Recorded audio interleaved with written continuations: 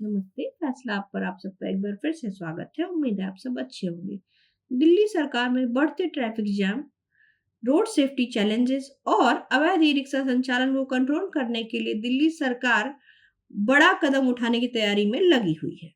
नई Delhi electric vehicle policy 2.0 के draft में ई रिक्शा रजिस्ट्रेशन और संचालन को लेकर कई इंपॉर्टेंट प्रपोजल शामिल किए गए हैं, जिनमें सबसे बड़ा बदलाव ये है कि अब दिल्ली में सिर्फ स्थानीय निवासी ही ई रिक्शा का रजिस्ट्रेशन करवा सकेंगे और उसे चला सकेंगे।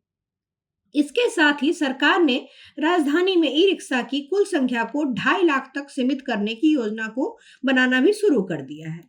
अब ये न्यूज़ जानने के बाद आपके मन में ये सवाल तो ज़रूर आ रहा होगा कि आखिर दिल्ली में ये नियम क्यों लाया जा रहा है?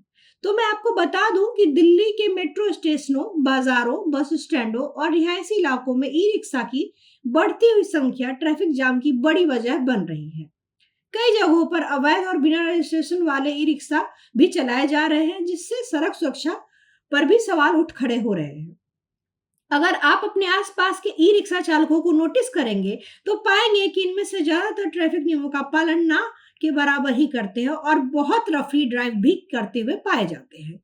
सरकार का मानना है कि ई रिक्शा सेक्टर पिछले कुछ सालों से बिना किसी प्रभावी सीमा और रूट रेगुलेशन के तेजी से बढ़ रहा है। इसी वजह से ट्रैफिक मैनेजमेंट और सेफ्टी को इम्प्रूव करने के लिए ये नई पॉलिसी लाई जा रही है। यहाँ मैं आपको जल्दी ही बताती हूँ कि नए नियमों में क्या बदलाव होने जा रहे हैं। पहला, ड्राइवर ही होगा ई रिक्शा का मालिक।